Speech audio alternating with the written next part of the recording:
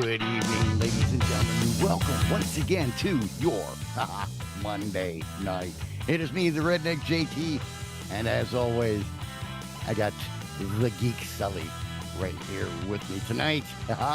You're in for some fun tonight, folks, because we are reviewing episodes 5 and 6 here on Avenger Pretenders of Daredevil Born Again. Good stuff. So, grab yourself whatever it is you want to drink or your favorite adult beverage, something to munch on.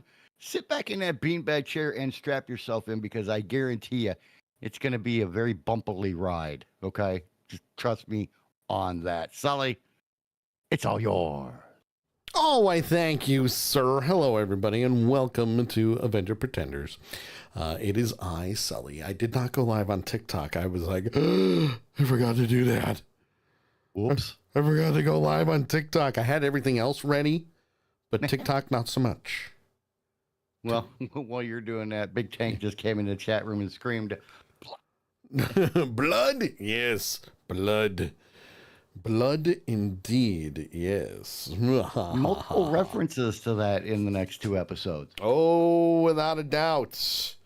Without a doubt. And just so you know, and this is more to let everybody know what happens behind the scenes of the show. JT and I, obviously, we talk all the time. You know? Not as much as we used to. Well, I mean, Not as much as we used to. It's true, but that's mostly because of work and all of that stuff. Right. Work gets in the way a lot lately, and that's okay. You think? That's okay. It's supposed to do that from time to time, but we do we do tend to have a little fun here. Big Tank says TikTok is 98% of Monday's crowd. Yes, but no. I'd say we're pretty good. I would say we're pretty good. But yeah, let me just go live on TikTok here. I'm sorry I'm late, TikTok. I'm sorry I'm late, TikTok. He was saving the best for last. Yeah, that's what it was. Yeah, it was something, that's for sure. So hello to everybody who's in TikTok land. Hello, Allie. Hello, everybody else who's coming in right now. We're talking about Daredevil Born Again. I do apologize for being late, but had a lot of stuff going on. Work, a video that I'm working on that's going to be on TikTok a little bit later, as well as YouTube and all that other good stuff. But this week, we're kind of going back to what we did.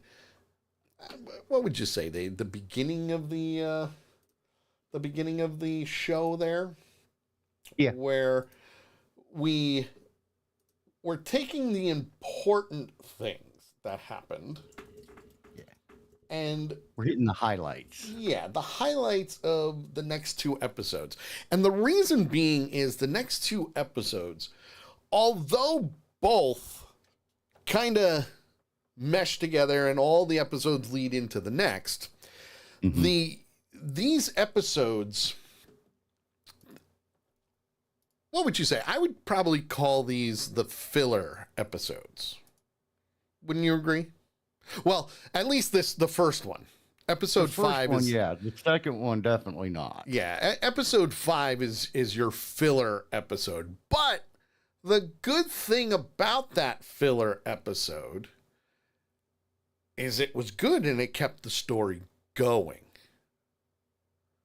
Which, to me, yay! Right? That's the best part about it, is the yay. I just went, instead of Daredevil, I just typed in Deadpool. Whoops. Yeah. So hello, everybody. Come on in. Have some fun. Let's talk Daredevil Born Again. And what are we, episode 5, right? Yes, sir. We got episode 5. And this week, the only reason why we're doing the two episodes back to back is because they screwed with us big time. And I mean big time. Yeah. Because holy crap, we're 3 episodes behind. So at least this way we'll catch up and it'll only be 1 behind. Well, but here was the question. How did we go from 1 episode behind to 3 episodes behind? So I can tell you. So on March 4th, we had 2 episodes, right? Mm-hmm. Which we did one, then the other. And we were always going to be 1 behind. Right. Because of the way everything fell.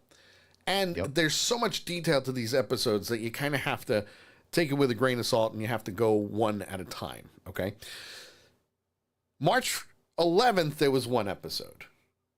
That was episode 3. March 18th, there was 1 episode. Mm-hmm.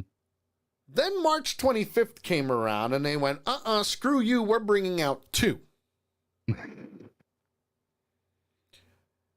And I went, son of a bitch, how am I 2 episodes behind? Because I'm watching them as they come out. Right. JT's watching them as we do. He watches them, but he does it. You usually watch it Mondays, right? You watch it during the day? Sundays and Mondays. Sundays and Mondays is when he usually watches them. But he's also got a lot of stuff going on behind the scenes and everything at home, which we all do. So then they brought out one on April 1st, and I went, you've got to be kidding me. So I'm like, all right, we need to catch up because and do the nitty-gritty. Yeah, we got to catch up because Andor season 2. Yeah, it's coming very quickly. Starts on the 22nd. So technically, what we're going to have to do is our review of episode 9, which is the last one for season 1. Yep. We're going to have to do on the 21st. Yeah. So we may end up having to do 2 episodes back to back. Right. And I think we might do that. So a double review tonight because we're doing 5 and 6. Yeah. Next week, a double review. Yes. Of 7 and 8. Yeah. And then on the 21st, are the episode 9. That's the only way we're going to be able to time it out. Yes. And it's going to be interesting to say the least. Because you're just so in other words, folks, what happened, just to kind of put it in, Joe Blow sitting on the block verbiage. They fucked with us and decided instead of doing a 2-episode release at the beginning like they normally do. Well, they did. They just decided to throw 2 more. Episode release in the middle of the son of a bitch. Yeah. Yeah. Which does not help at all. No, it definitely screwed us up. So, and that's okay. I mean, we do what we do. We do what we got to do. I mean, it's okay. Especially since with Andor coming out, after that, we also have Ironheart coming out. And holy crap. Yeah, it's getting to be that time of year. Really is. Where all this new stuff's going to start hitting us. And actually, here's the thing. After Andor, which is when 2 Ewoks in the Park comes back, right? June 24th is Ironheart. So we're like, oh. Normally we get a break. Doesn't look like it these days. But if need be, we can always adjust and do things differently, and we'll make it work. We will make it work. So this week, what? Andor season 2 is a 3-episode premiere. Crap. God damn it.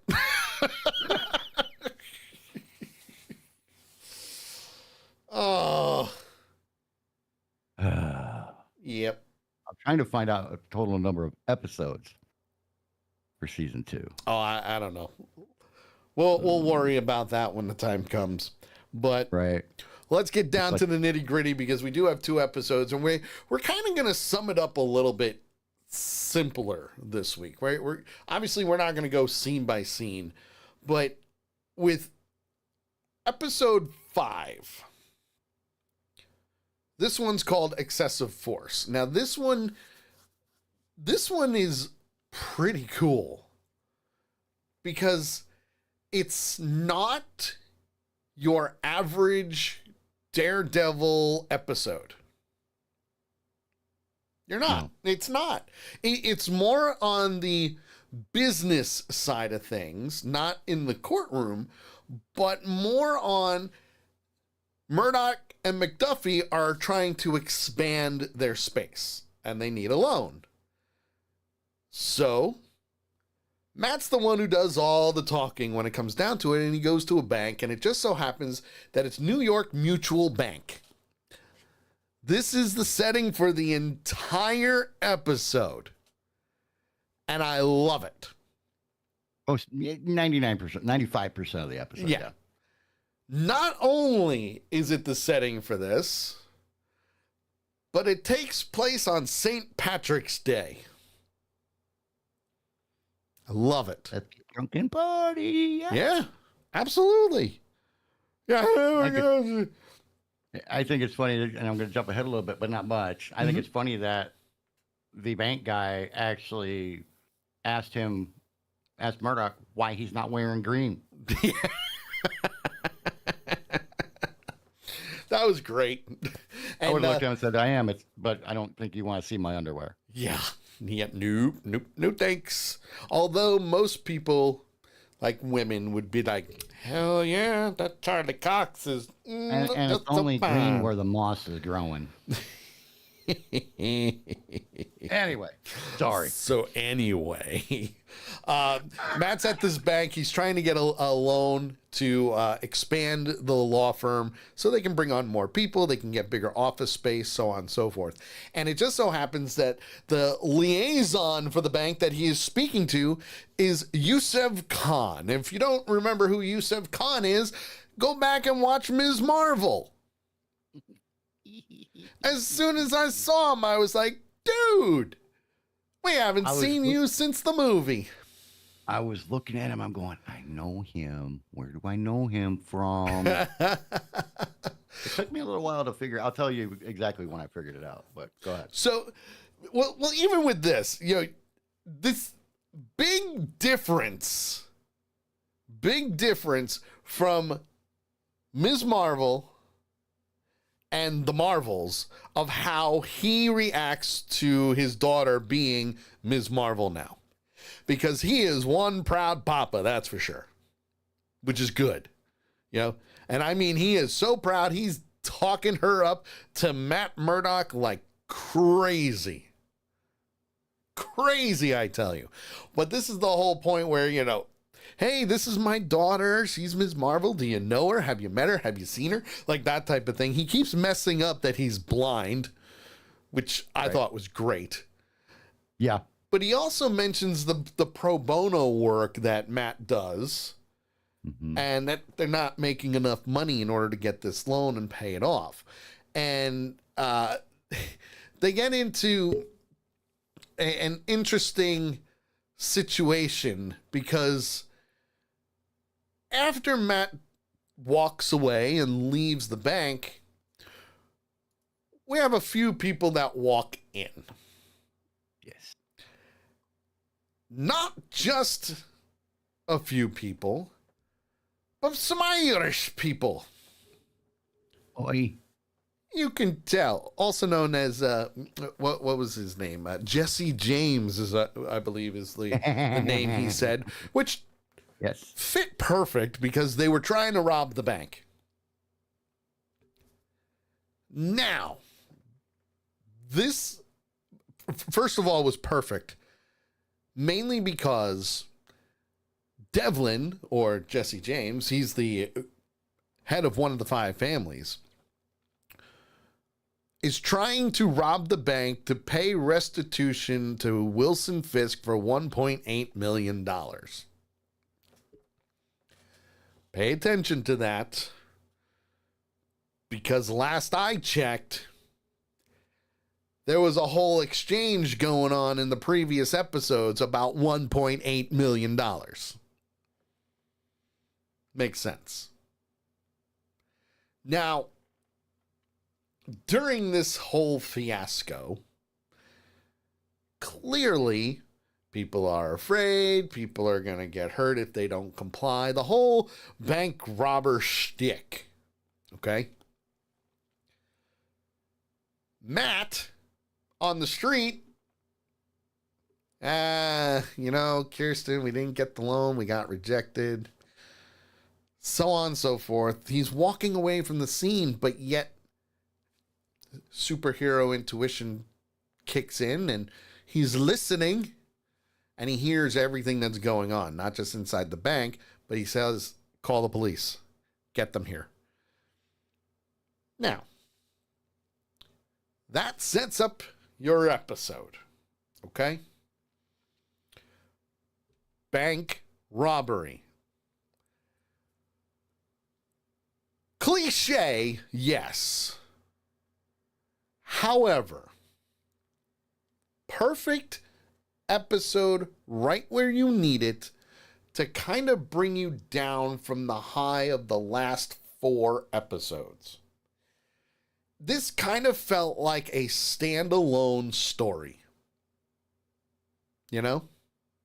Mm-hmm. Like it was one of those, just sit back, relax, and enjoy what's going to happen next.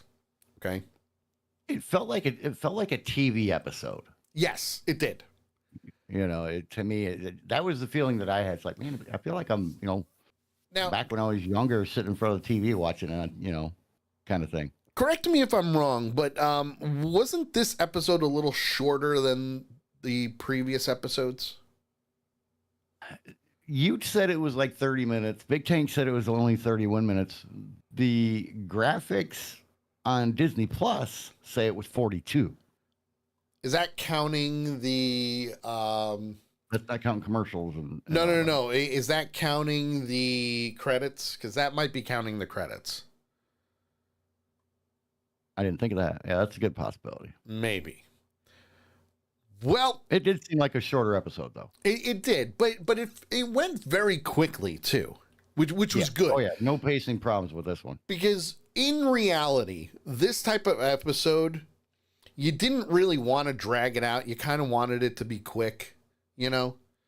But again, a good breather in between the drama that's gonna happen. Okay. Yeah. A lot of times when you have these episodes of bank robberies and stuff like that, they bog down. They do.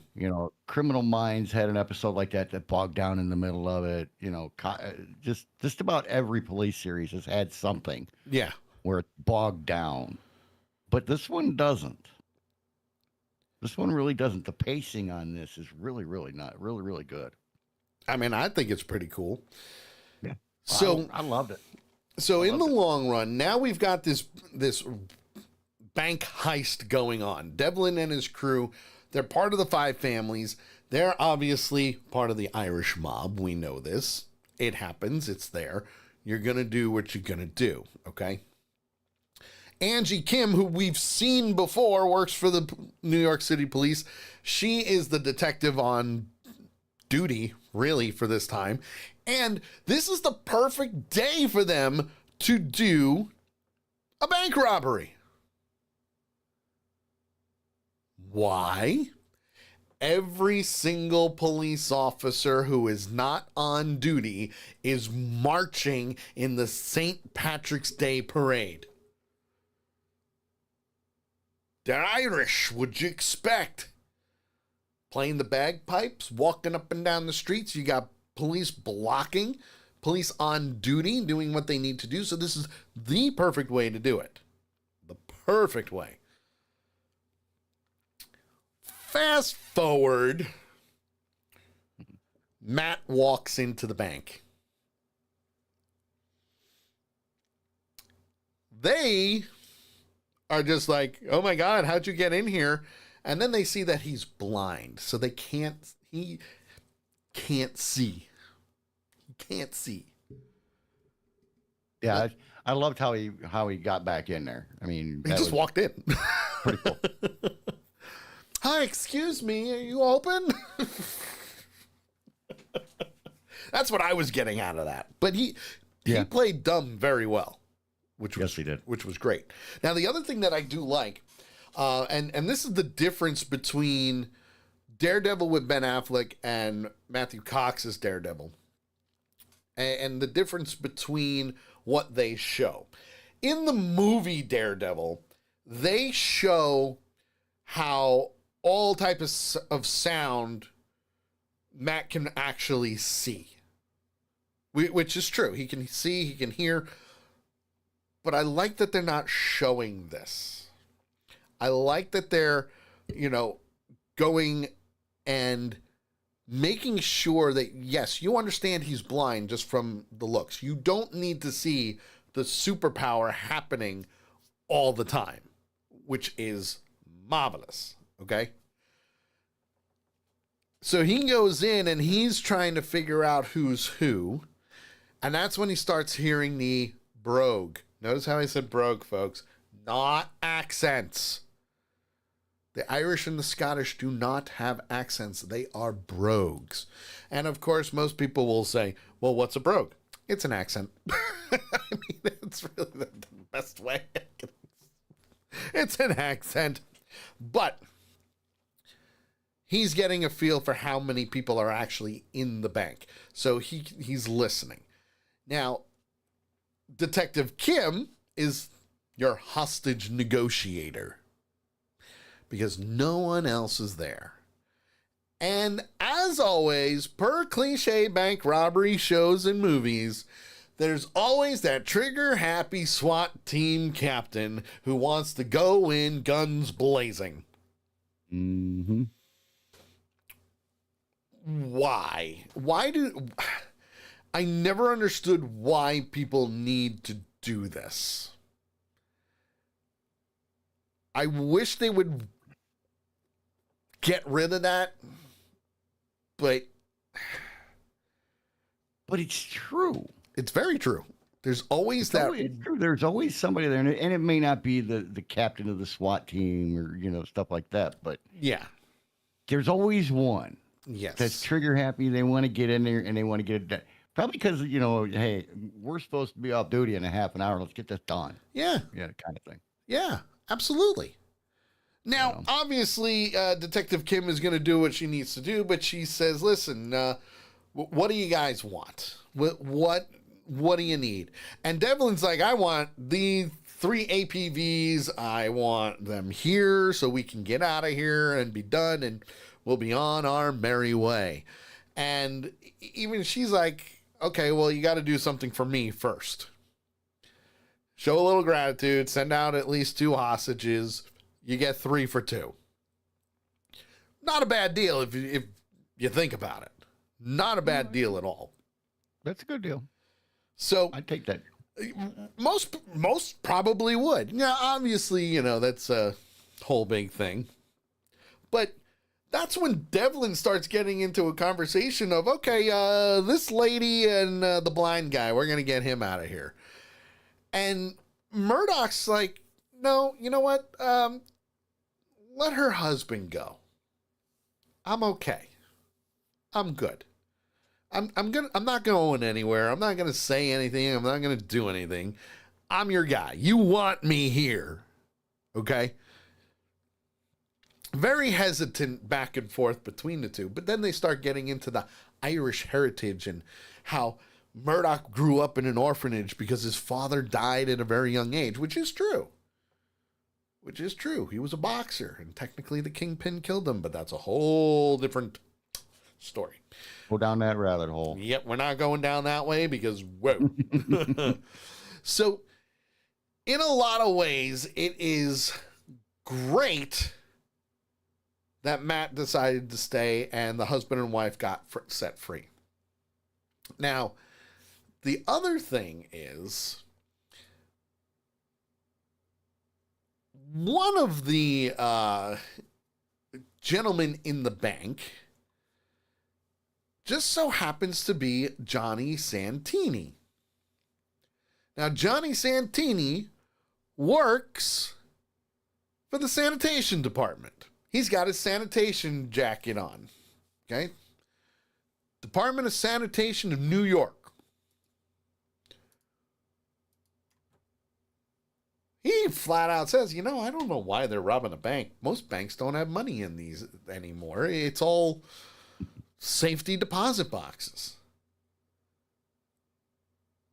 All right, I'm intrigued. Right, things that make you go, Which I don't know how true it is these days, but I'm pretty sure that most banks, like most big banks like this one, if there's a safe and a big safe, I'm sure it would most likely be a safety deposit box. Somewhere downstairs, they hardly keep any money. It's just safety deposit boxes where people have valuables. Well, what could be valuable in a safety deposit box? Even Santini's like, guys, baseball cards, hockey pucks, diamonds, like a diamond ring, family heirlooms, stuff like that. And Matt's like, okay, all right, I can vouch on this, all right. So why are they going in to steal something from a safety deposit box? What could they potentially need that would help them get their $1.8 million? At this time, you're like, I don't know. Wish I did. right. So, back and forth is happening, but there's just one problem. The manager of the bank's not there. He's not there. But the assistant manager is. He can't open the lock for anything. I don't know the password. You can't do it.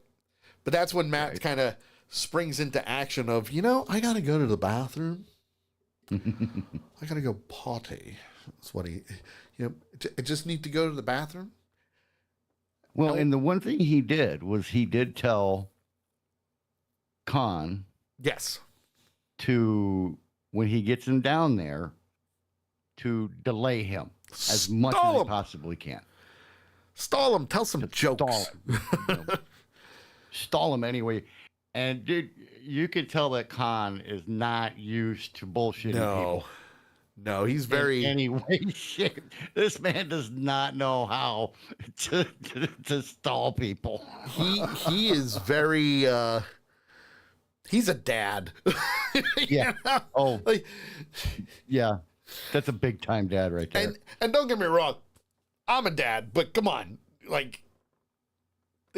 there's different levels of being a dad. Okay, he's more on the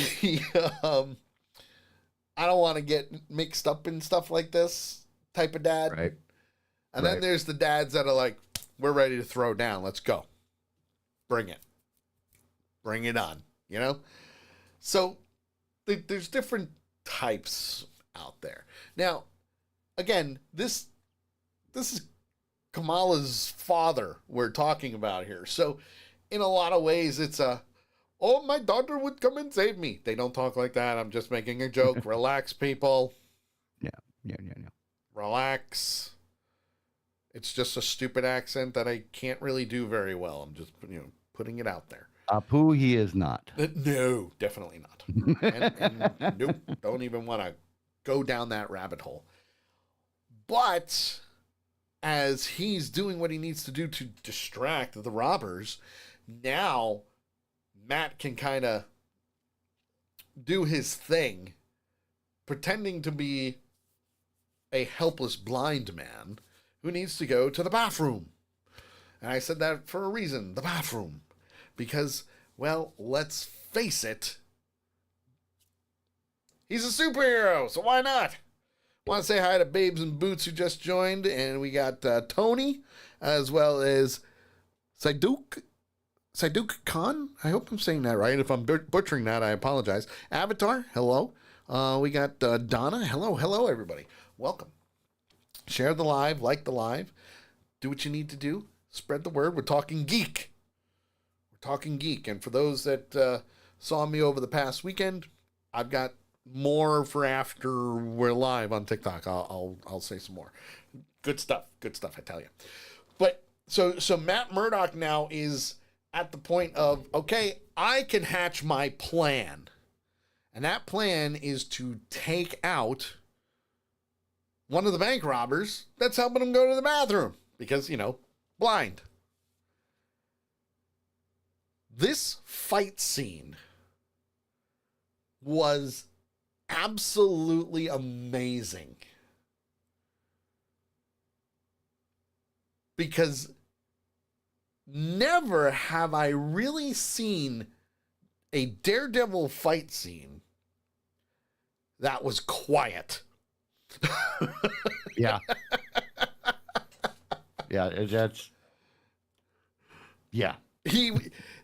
Clearly, obviously he doesn't want his billy club to fall down. He doesn't want any guns going off. He doesn't want muffled grunts or groans or screams or anything like that.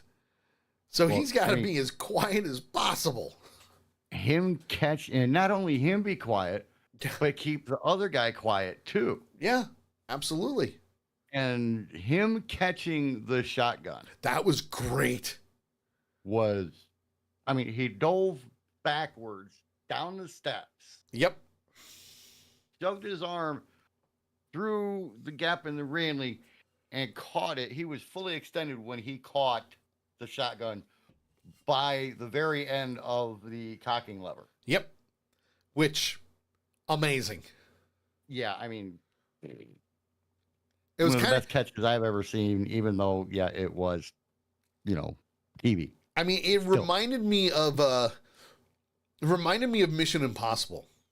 Mm-hmm. The first movie, the first Mission Impossible, where they're in the soundproof vault. Yep, where he catches his sweat. And he catches the sweat, and it's like, oh, that made a lot of noise. You're like, or the knife falls down, and timing is perfect. It shuts off, and yep. And you're like, that's a good comparison. It really, that's probably the best comparison for anything you'll ever best one get. I can think of, yeah.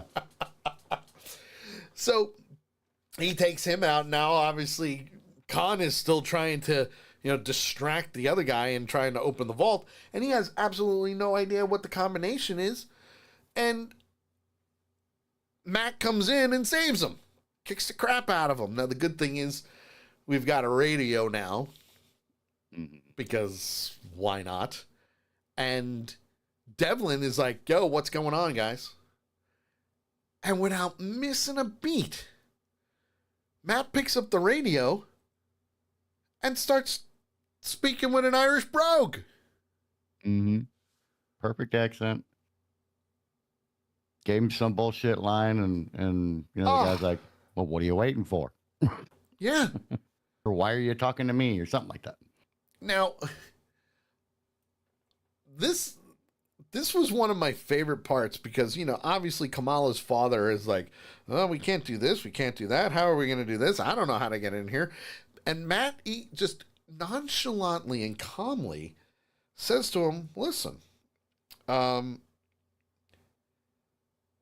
heard there's safety deposit boxes in here. What could be so important that they would want to steal something from in here? Real quick, I want to say hi to our good buddy and fellow geek, Wolverine. Well, hello, Will. Good to see you, sir. Will in a little while. Yeah, it's been a long time, Will. By the way, for those that are watching on TikTok, if you want to join our chat, please, by all means. You can also go to twitch.tv/accidentalpunch. We are live there as well as on YouTube and all those other good things. We kind of like to try and be live wherever we need to be. So come on in, have some fun with us and talk geek. I know not a lot of people like geek stuff, but come on, we're fun. Just saying. This was the turning point of the episode. And, even though Kamala's father is just like, you're never going to break into that, Matt He's just like, I'm just going to do this and listen real close and click, click, click. Oh, look, the door's open. He's like, how'd you do that?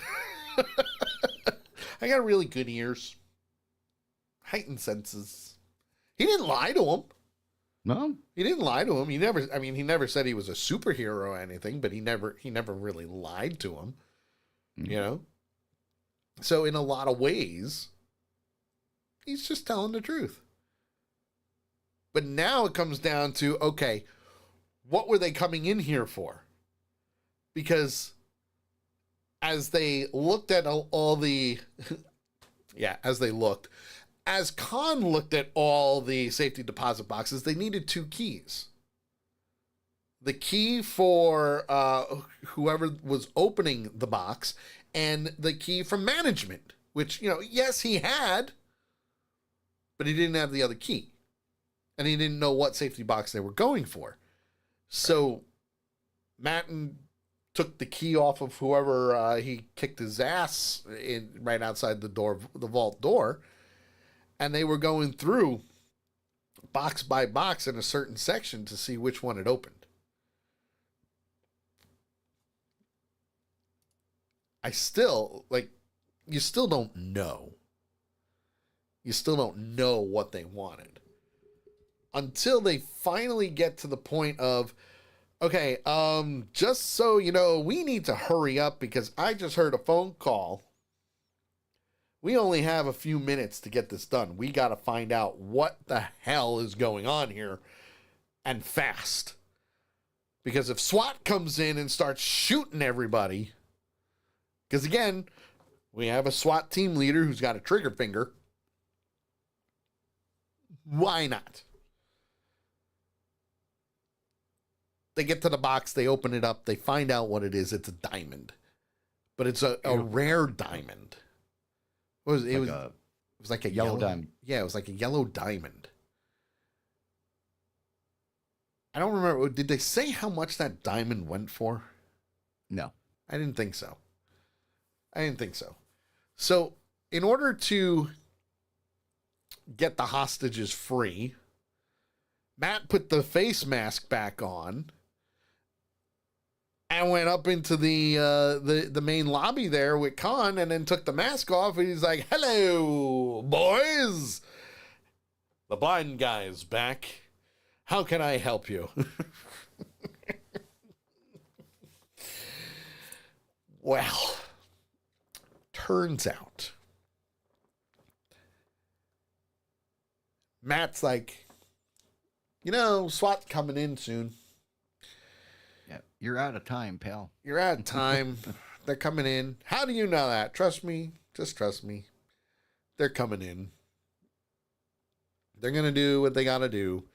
And sure enough, that one SWAT commander is like, go, go, go. Take them all out. As that happens, Devlin, everybody's under fire. There's smoke. There's chaos ensuing. Matt, and mind you, this was freaking great.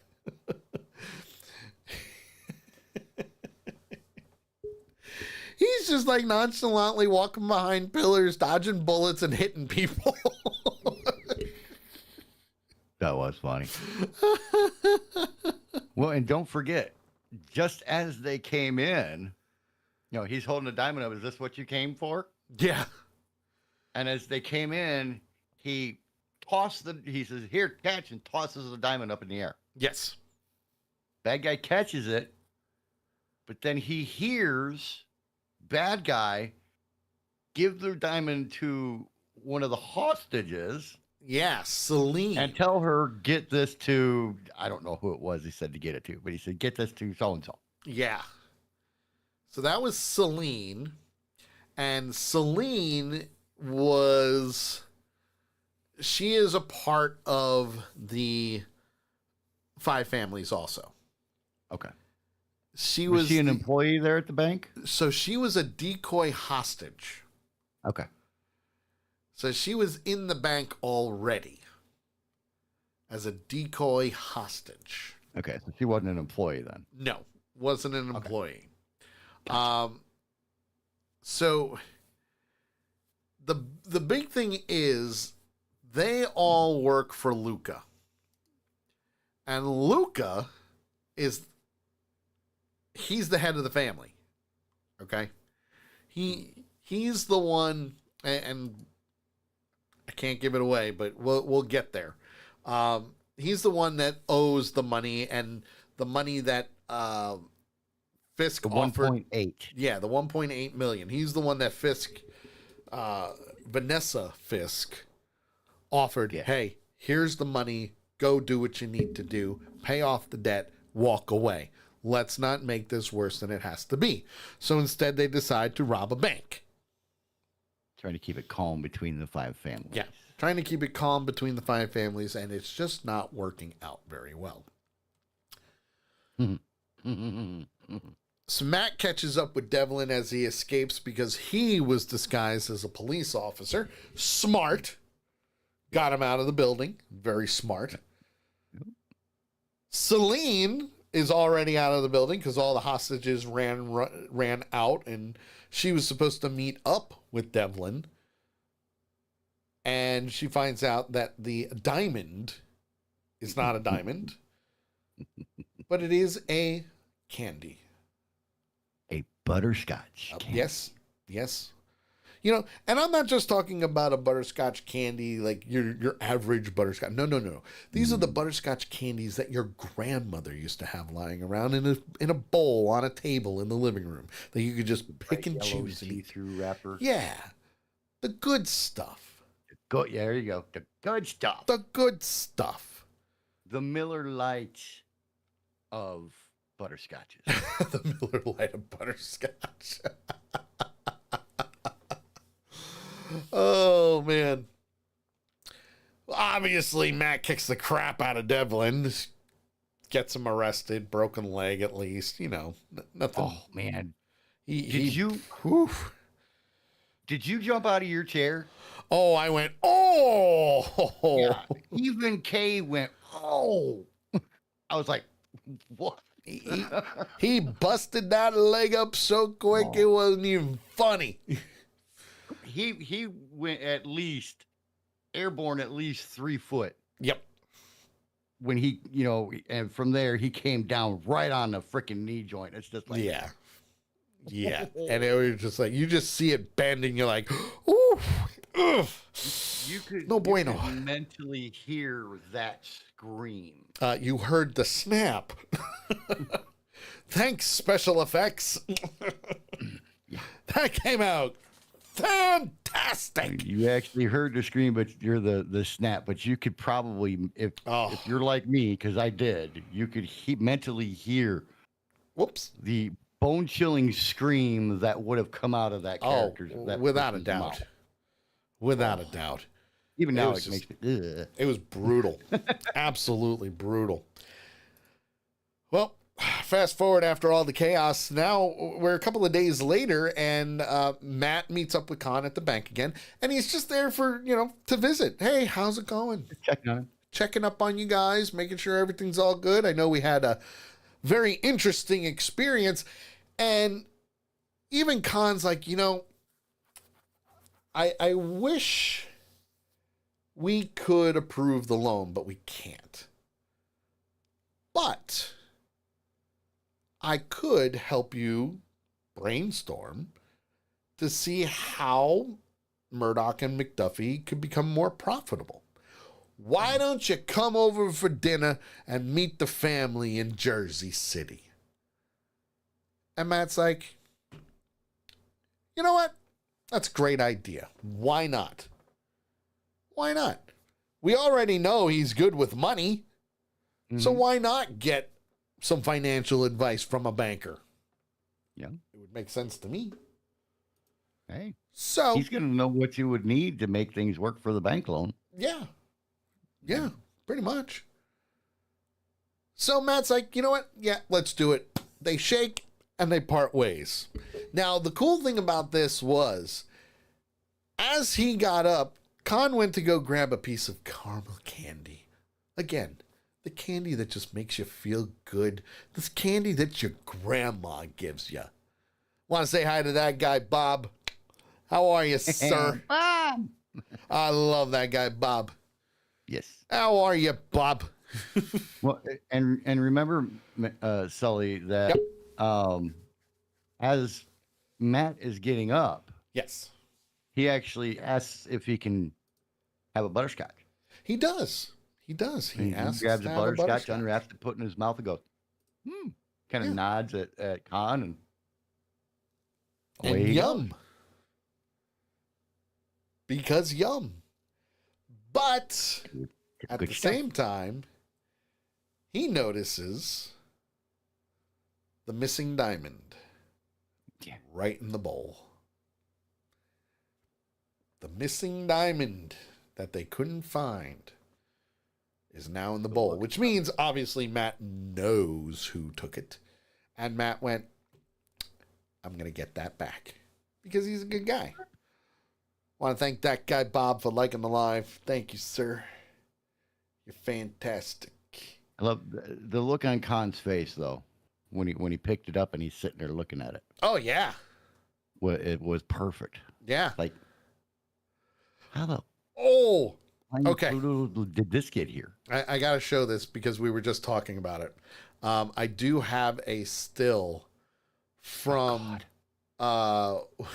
when he was fighting. From the knee? Yeah. Oh boy. I don't know if I want to see this too clearly, so I'm going to take my glasses off.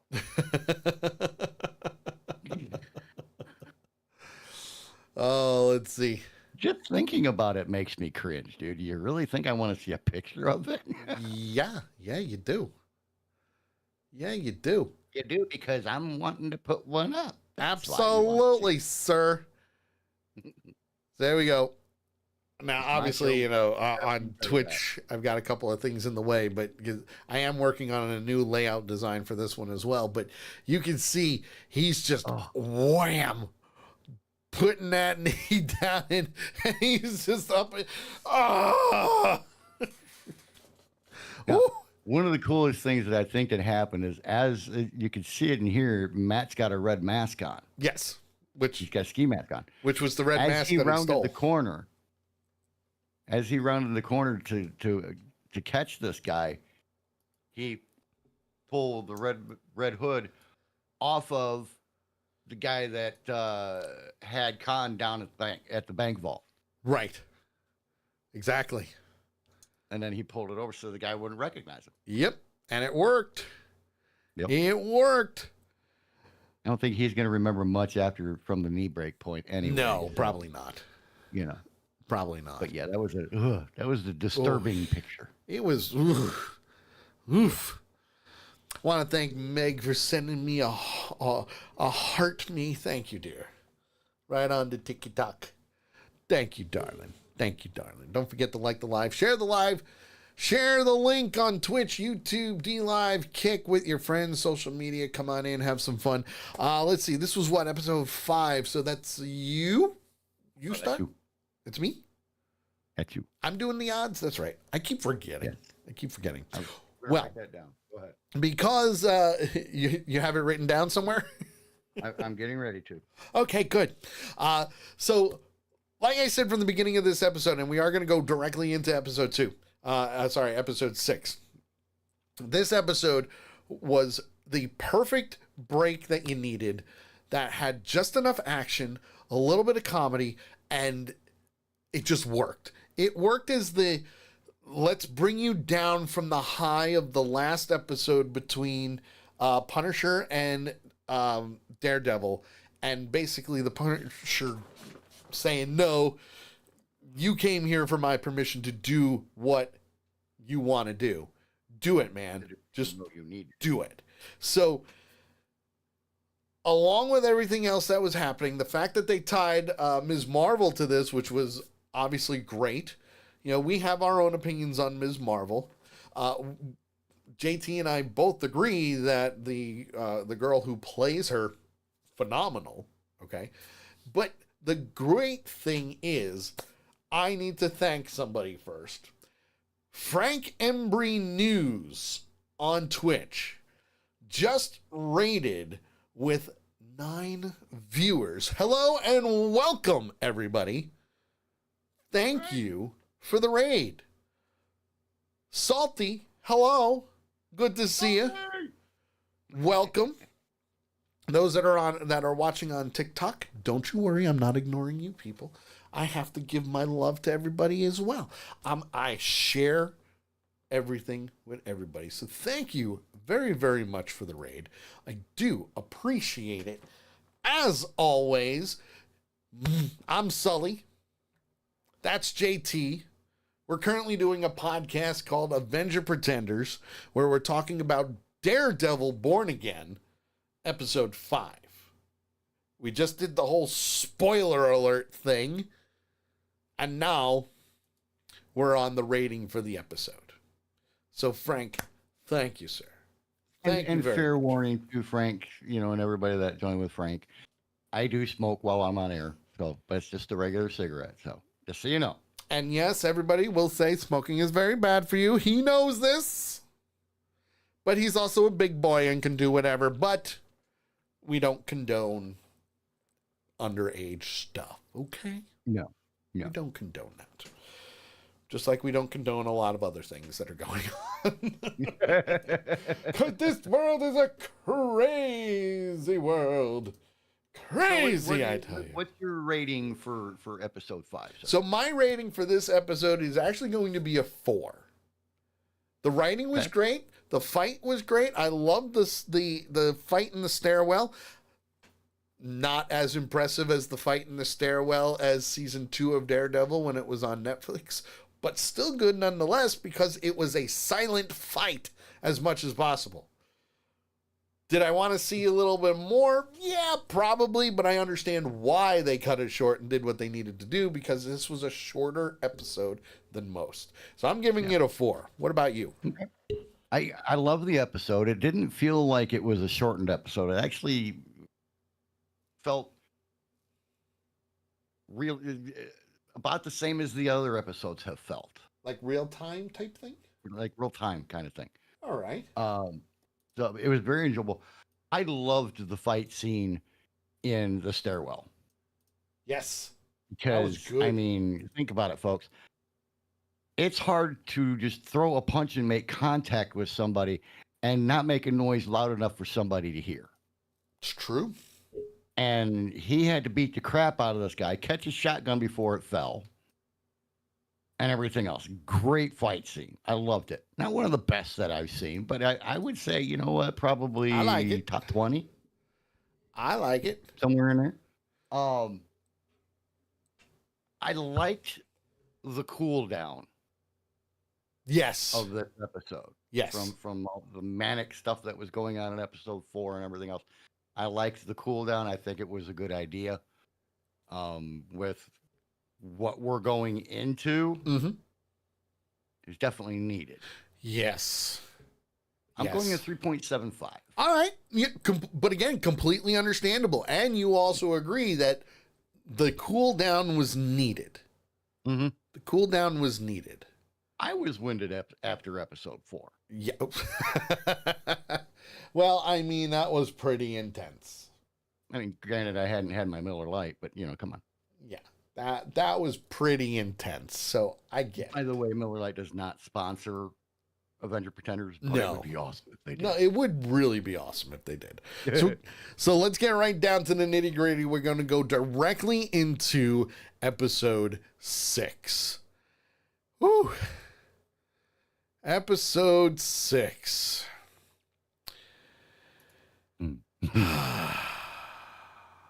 Where do you start, man? Well, I mean, just first and foremost, with episode 6, the best place to start is really the title of it. Because we're going from with interest, which again, bank robbery, it worked. In a lot of ways, it's still keeping the story going, but now you have excessive force. And with excessive force, there's a lot going on here. Because we've already seen him start training again.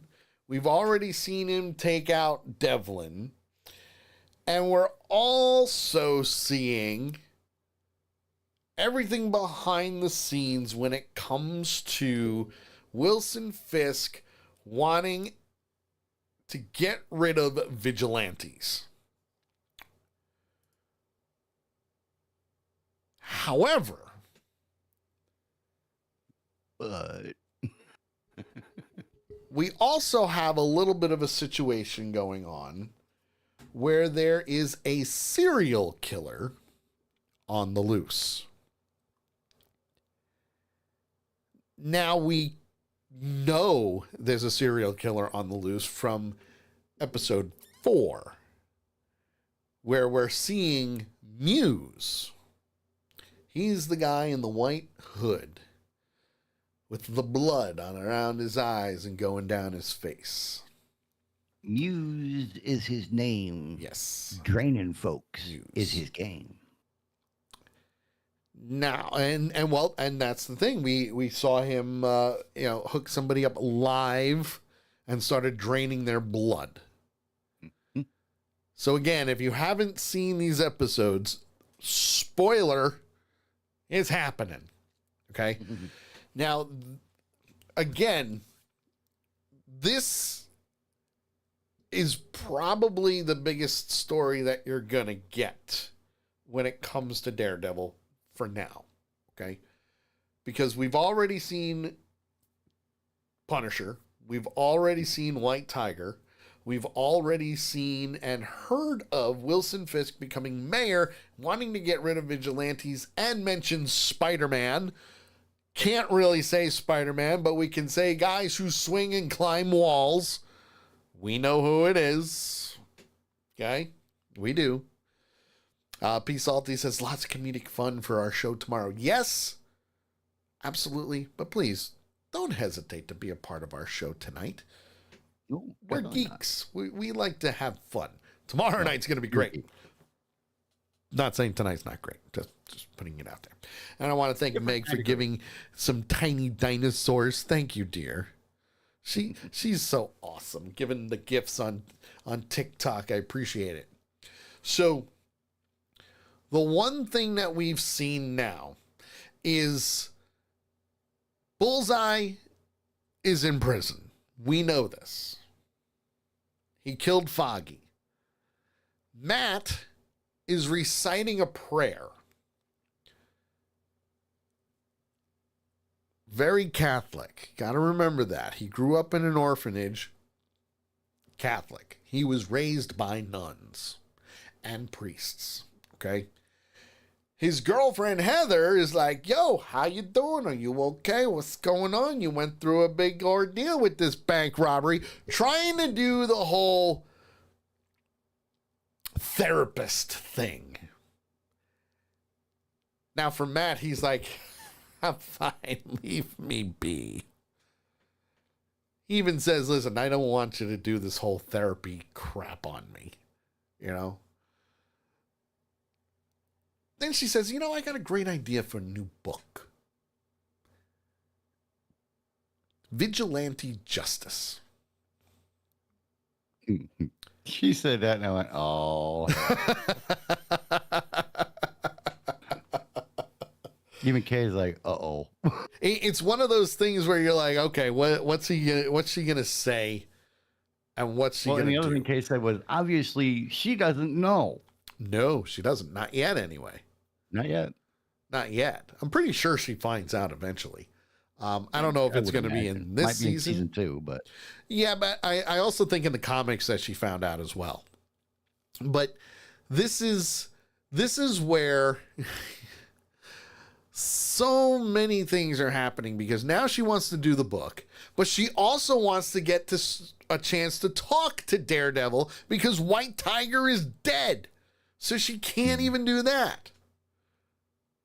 I got a laugh out of his reaction when she asked him if maybe he could hook her up with an interview with the Punisher. The Punisher, yeah.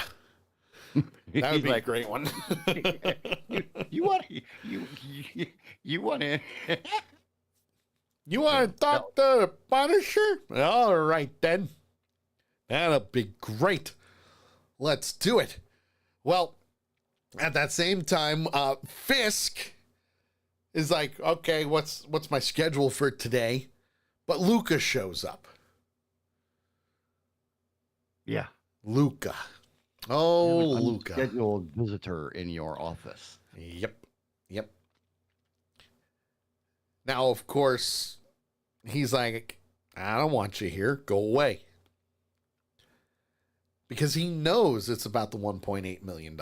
He knows that things are going down. And Fisk is like, you know what? Fine, let me see him. By the way, pay Victor. Mm-hmm. Pay Victor. Because if you don't pay Victor, things are going to happen. And I have to say, there's a good time to grow a set of balls, yeah. and there's a bad time to grow a set of balls. Yeah. Anytime you're standing in front of Wilskin, Wilskin, huh? Wilskin Fisk, yeah. Someone clip that. Sorry. Anytime you're standing in front of Wilson Fisk is not the time. Not a good idea, guys. No. Yeah, no. Wilson Fisk will take his hands, put them on your head, and crush your skull. Yeah. Granted, fictional character. The character. only thing that saves his life is the fact that they're standing in the mayor's office. Yes. Oh, yeah. But at the same time, Fisk is like, no, now you're going to pay him, but now you're going to pay him $2.8 million for trying to do what you think you're going to do. And 1.8 to him and yeah, the rest to me as a tax. Now, Luke is like, you're done. You're not a part of this anymore. Bye. Don't stick your nose in other people's business. Old man. He actually literally called him old man. Old to man. his face. I'm like, don't say that stuff. That's going to be bad. Going to be bad. Well, also, they're working on cleaning all the murals that are throughout New York City, which you've seen them on pretty much every episode. You've seen some type of mural, whether it was a Punisher skull, it was Wilson Fisk, the Kingpin, showing both sides, Mayor and Kingpin of crime. You've seen just murals everywhere, all different. All we different. need to find a screenshot of this one, though. Because this one is freaking awesome. Which one? The one from this episode. Yeah, I don't have a picture of that up right away. Have to find one. But the thing with this is Johnny Santini, who we saw in the previous episode, comes into Fisk about the murals. Because he's the one in charge of cleaning them. And he goes, I needed to bring you up to speed, just letting you know I can't clean them. So I brought a sample of the mural to the lab. Because apparently the Department of Sanitation now has a chemical lab where they can do full-on research and figure out what is what. Did you know this? I didn't know this. I thought it was pretty cool. Today. And he flat out says, listen, it's impossible to wash away because it's made with human blood. And that kind of gets Wilson Fisk like, what? Do tell. Do tell. There it is. There it is. What, did you send it to me? Hang on. Sending me the picture. He's sending me the picture Sending me the picture of the one he wants me to show you. This is the one from this episode. Yep. That he tries to clean. Oh yeah, that one. I mean, this is beautiful. This is freaking. I saw this and I busted out laughing so hard. I actually had to stop and rewind a little bit. Just to be like, did I really see that? What? Let's see here. Yep, there it is. There's the one I want. I messed it up. You messed it up. I messed it up. I didn't mess it up. I didn't mean to. You Sully affected it. I did. All the time. So there's the image that he's trying to clean up. And you can see, right where JT's video is, you can see that he's up on a lift, and that is Santini trying to clean it. And that's the one that he grabbed as much paint as you could. Sample. And I mean, he tried hitting it with water. Then he tried it with a water sandblast mix, and because he mixes the blood in. Yep. But then he seals it with an epoxy. Yes. Which basically makes it impregnable. Yeah, you can't move it. Can't move it. So while that's happening, Angela Del Toro goes to meet with Matt. She is the niece of Hector Ayala, also known as the White Tiger. She becomes White Tiger later on. And she's like, listen, just so you know, my uncle's been doing investigating of this. And, oh, by the way, I think he was onto something because blah, blah, blah. This, and this. The people disappearing is what he was going after. And Matt's like, well, why are you coming to me? Why? Like, what can I do? I'm just a lawyer. And God bless that girl, because she's like, bullshit. You are more than what you're leading on. And you told me that I can come to you with any problem that I might have. This is the problem that I have. You need to look into it. Yeah. And he's like, what do you want me to do? The authorities can do it. You know?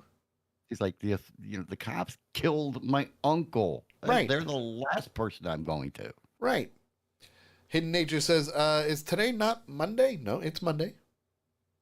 And this is Avenger Pretenders, not Sully Show. Avenger Pretenders. Avenger Pretenders. See? The logo is right on the screen. Right there. There it is. There it is. Avenger Pretenders. Where JT looks like a superhero flying, and I'm just like a superhero with a cape, not flying.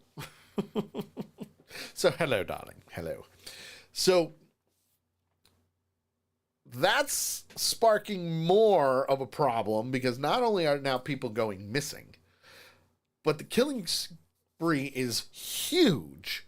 And not only that, they know it's a character by the name of Muse.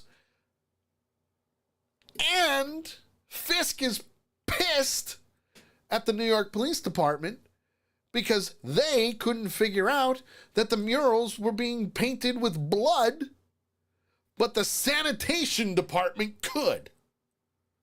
I love what he said. Yep. When sanitation department finds out there is a serial killer in my city before the police do, maybe it's time to change the protocol. Yeah. Maybe it's time to update things. You know? Maybe it's time to kick some ass and take some names. And again, this is all part of Fisk's plan, because he's in the, you know what? Things need to change, and we need to get rid of these vigilantes and these villains that are popping up everywhere. Mm-hmm. I want to start a task force. Boom.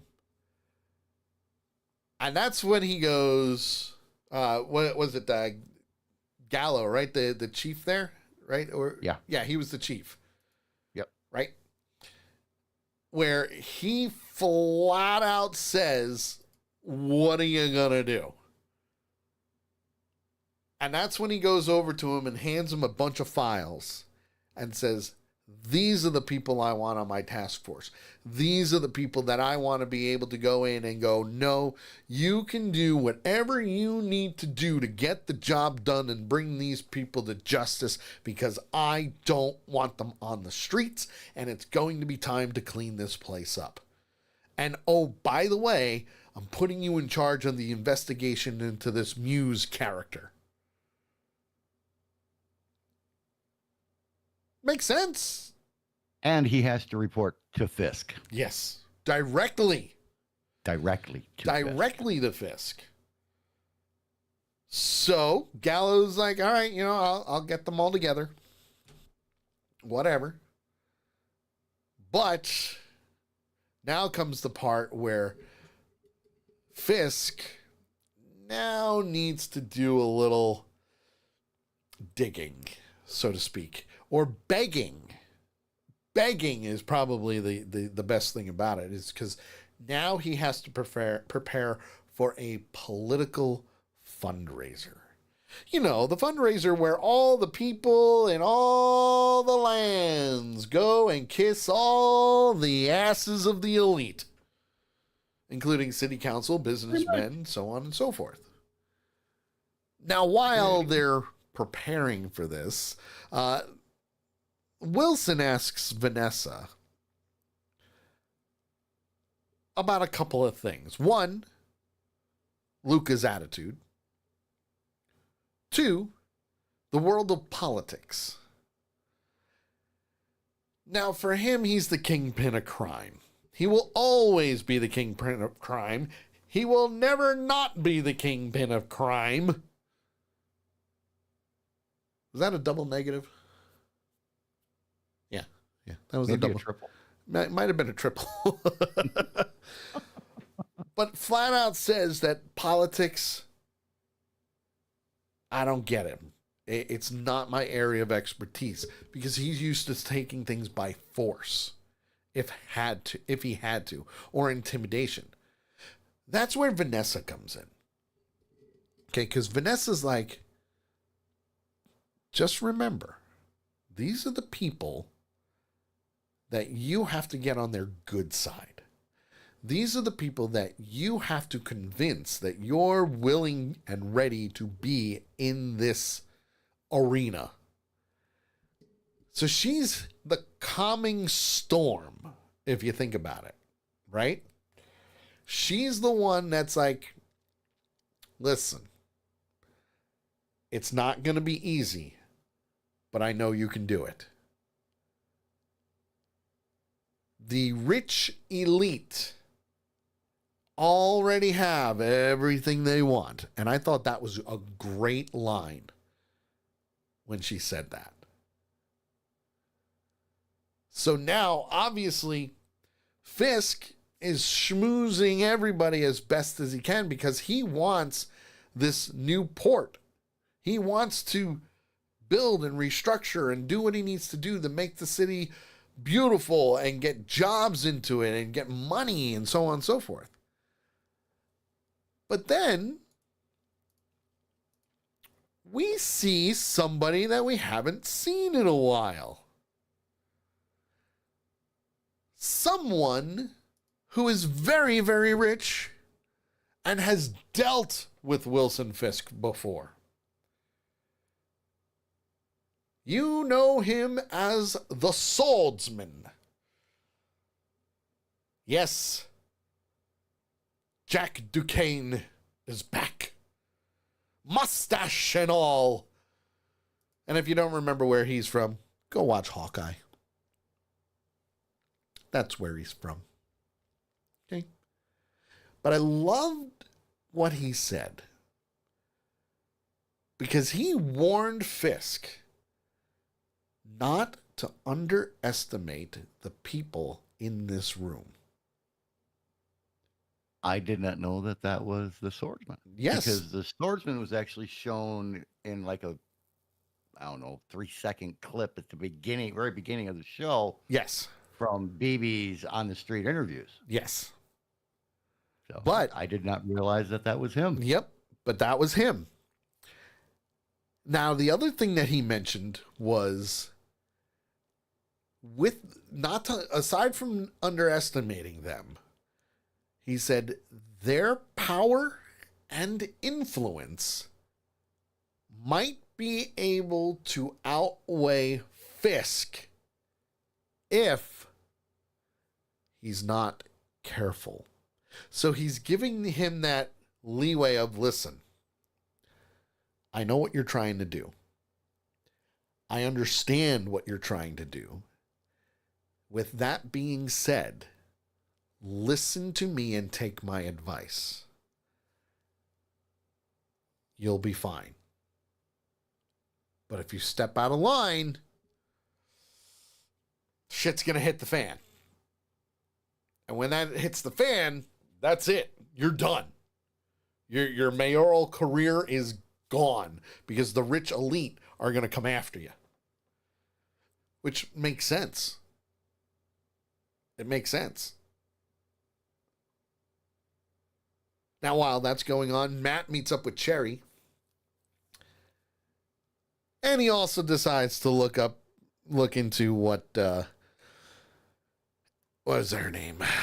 Angela came to talk to him about. And Cherry's like, listen, don't get mixed up in this. Don't do it. And that's when he informs Matt about the kill count for Muse. You remember what that number was? Well, the numbers that they came up with was there was at least 5 different DNA profiles in each painting. Yep. So far, 12 paintings definitely identified with the possibility of being more. So at this point, the count is suspected to be 60 with the possibility of more. Yep. That's a lot of people. That is more than a serial killer. That is a mass murderer. Oh, wait, I forgot. In this world today, it's allegedly. So. Shut up. Shut up. Allegedly. Well, we hate that word here. Yeah, we really do. Well, Blake and Cashman inform Fisk that there have been more killings. Only this time he left the bodies near a mural to taunt the police. And the interesting thing was the way that he acquired these 2 ladies. Yes. So we see them on the street and they're like, I'm your biggest fan. Can we take a picture with you? You're Muse, right?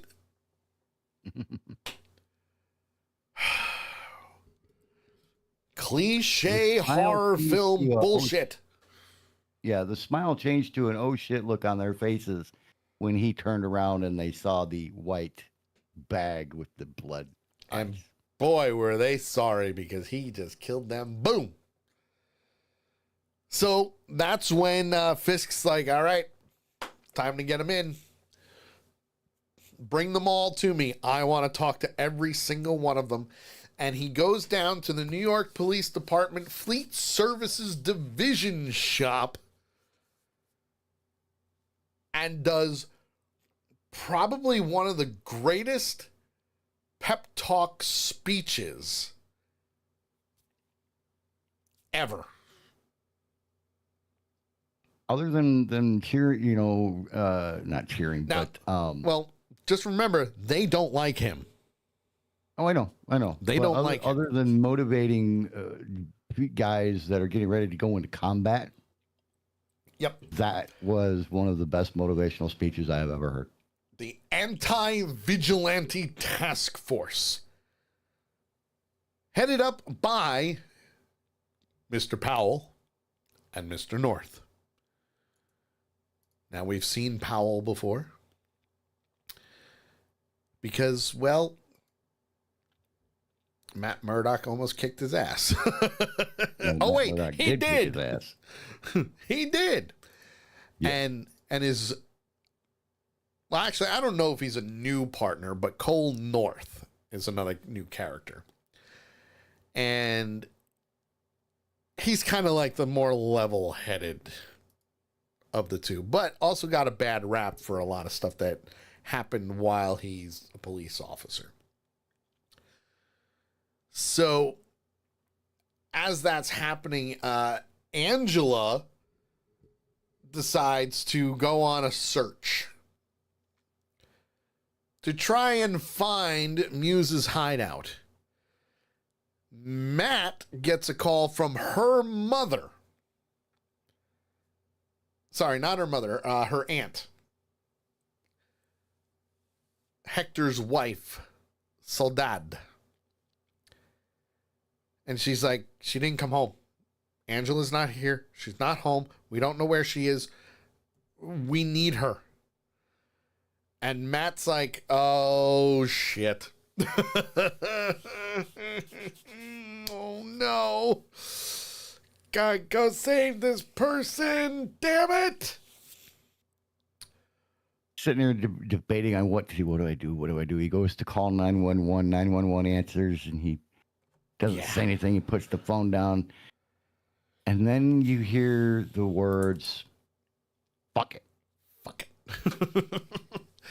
Greatest response ever, because that was what he needed to get that suit back on.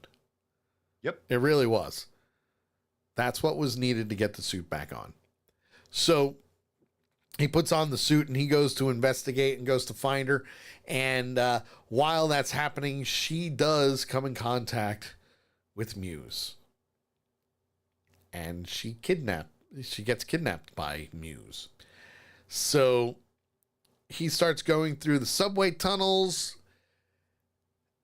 and finds his lair and sees that Angela is on a table being not only prepped, but some of her blood is already being drained from her body while she lives. Let's see. Big Tank says, ever since Guardians of the Galaxy 3, Disney has used the word fuck. So yes and no. Gotta remember, the showrunners for this wanted it to be just like as if it was on Netflix. So you're going to get the blood, you're going to get the violence, you're going to get the language, you're going to get it all. Okay? Which is a good thing. We need it. And Daredevil is more on the darker side of things anyway, just like Deadpool. Right. Deadpool's on the darker side of things too. So certain situations, yeah, you need that. You need that. It's more real. It makes it more realistic for people. Okay? So now Matt's fighting Muse because he's trying to save Angela. And man, let me tell you. Woo. That was a brutal fight scene in and of itself too. Because Muse held his own. Which one? Especially at the end of the fight. I mean, now, granted, I have not seen all of the Daredevil episodes, but I've seen enough. Yep. I've seen the Daredevil movie and everything, and it's like, I don't think I have ever seen Daredevil. I'm not going to call him Matt because he's Daredevil. Yes. Lynch somebody. Oh, that's true. He had his feet at least 3 foot up off the floor. Yep.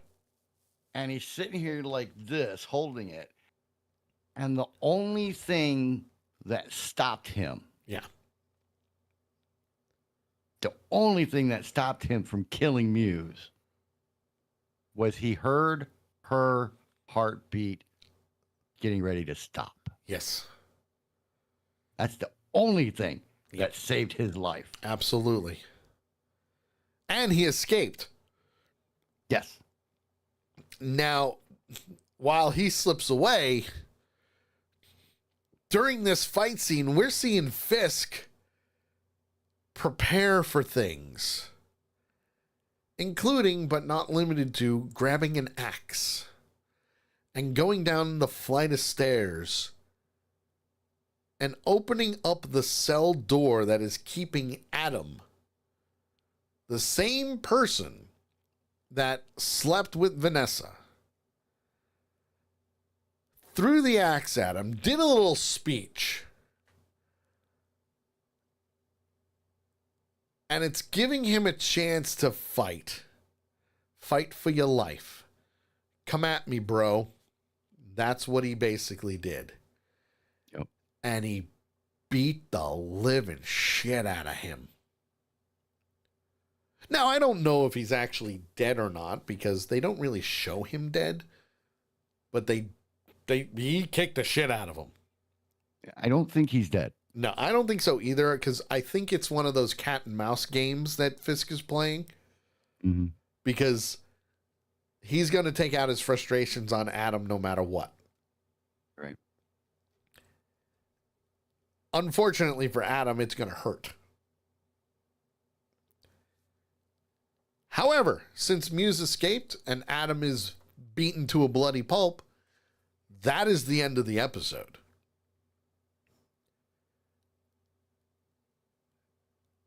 Big difference from number 5 to number 6. Oh, yeah. Very big difference. What's your rating? You know, this was a different episode for me. Yep. From what we've seen from episode 1 through episode 5. It started out atypical to what we've seen up to this point. Yep. And everything. But it took a dark turn very quickly. Really, really fast. And I tell you, one of the creepiest scenes, and I made the comment last week that when they cast him, they cast the guy playing Wilson Fisk to a freaking T. Vincent D'Onofrio is the man. Vincent D'Onofrio. You know me, I'm terrible with names. That's okay. The creepiest scene for me in this episode was not her walking down the subway, was not Muse putting her over on her shoulder and waiting for the subway train to go by before he crosses up. Was Wilson Fisk walking down the steps. Oh, that silhouette. With that axe in his hand. Yeah, that silhouette was great. And it made it even creepier when they flashed to Adam sitting in the cage or his cell. Oh, shit. And all you hear is the thump. Yep. Thump. Thump. As Wilson Fisk is walking down the steps. Absolutely. One of the greatest scenes. Absolutely. It was amazing. Yeah. The fight scene with Matt and Muse. Oh. And him finally saying, you know what? Fuck it. I need to save this girl's life. Yep. I've got to. If I don't, I'm not going to be worth anything. Yeah. And especially it's going to be bad. Started this episode off with him praying about Foggy. Oh, yeah. But that fight, I mean, 4.9. Wow. 4.9 Daredevil masks. I like it. 6. I like it. I like it. Changing it to Daredevil masks, huh? Whatever we were using. I don't remember what we were using. Billy clubs. Billy clubs. We can do either or. I don't care. It's Daredevil. Well, my friend, I'm not going to lie. I'm at a 5. Wait. 2 5s. Yep. 2 5s in the first 6 episodes. Yep. Wow. 2 5s. Uh-huh. The writing has been on point. Fisk, Vincent D'Onofrio, frickin' on point. The fact that Matt put the suit back on, amazing. Not going to lie, I was kind of hoping that we would see the red and gold from She-Hulk. Well, he was in a hurry. But he was in a hurry, yep. And the fight between him and Muse, woo! Amazing. Amazing. And Muse held his own, which is good. Yeah. Which is really good. So, yeah. 2 episodes in 1 season that I gave it 5. Absolutely. Hands down. That's crazy. It is. That's crazy. Absolutely crazy. Big Tank says... You saw how close I came. Yeah. I mean, that's the thing. I was right there with you, just a little bit more. Big Tank... Just a little bit. Big Tank says, meaning the House of Mouse is maturing and not kiddie anymore. They will always be kiddie and they will always be family friendly, but they understand that you kind of need to do stuff for everybody. If not, it would just be on Hulu anyway. And they own that too. So, yeah. Yeah. That is what it is. But... apparently, hold on, we're, what? Huh? My chat just went weird. Did I lose? I didn't lose connection, did I? No, you still look live to me. Okay, good. I'm just like, wait a second, something's not right here. Why is it telling me my chats are gone? What's up with that? What's up with that, yo? So anyway, that, my friends, is the end of this week's Avenger Pretenders. Next week, we're going to be talking about art for art's sake. Yeah. Oh, that's a good one. I already watched it. Are we going to do 2 episodes next week? Most likely. Yeah, we're going to have to. But I don't know the name of the episode after that yet. Episode 7 and 8, my friends. So 7 and 8 we'll be talking about art for art's sake, and then whatever this week's episode is. So for the redneck, there he is. Hi everybody. That's JT. I'm the Geek Sully. Join us tomorrow for the Sully Show at 8 p.m. Eastern Time, and we will be back next Monday for Avenger Pretenders. Have a great night, everybody. And just like always, and just remember, Thanos was right.